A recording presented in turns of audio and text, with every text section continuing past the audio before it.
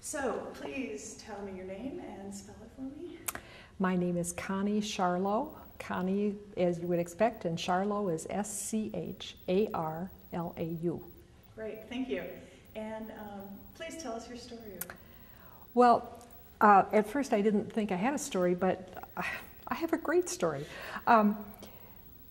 It's some years ago, well, 1992, a friend suggested that maybe I should get involved at the synod level in my church. I had never done that before. They needed a secretary, she said. And so I looked into it, and yes, I could run for secretary. I didn't realize I was the only candidate, even after the election was held. But so then I went to the Synod Assembly, my first, as a visitor, just to see maybe what I was getting into. And this was the election where April Larson was elected bishop. And it was, you know, an historic event in the church. I can remember the bishop almost in a state of shock when she was elected.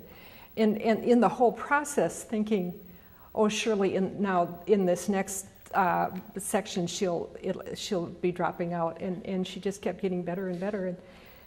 And when the election came through and she hugged her husband, and it was just, you know, how it would be. It was terribly exciting. But this meant that I was secretary on the council over which she presided. And in fact, I took office even before she did, because the previous secretary had some health problems. And so I got to know the previous bishop a little bit, and then ended up being the secretary for 12 years while April Larson was the bishop.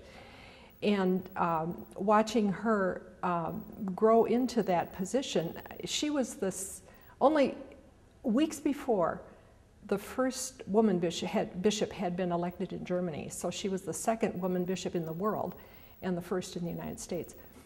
And appreciating with her how difficult that was, because there was no other women bishops.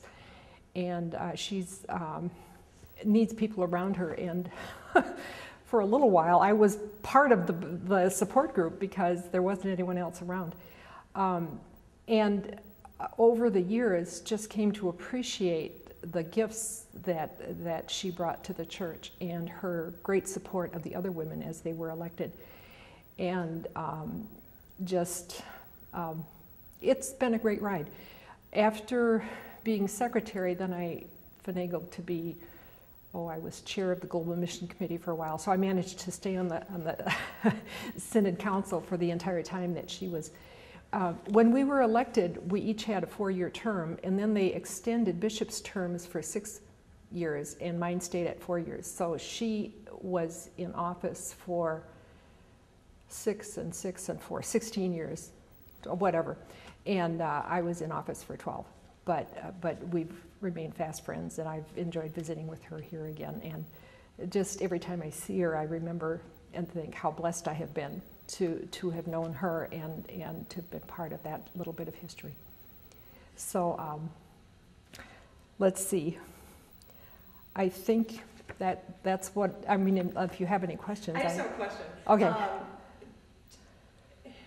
Do you think that or what opportunities do you think, I'm always curious about, you know, sort of the role of women and what the difference has been in this church to some of the predecessor bodies. Or is there any, or? Let's see. Well,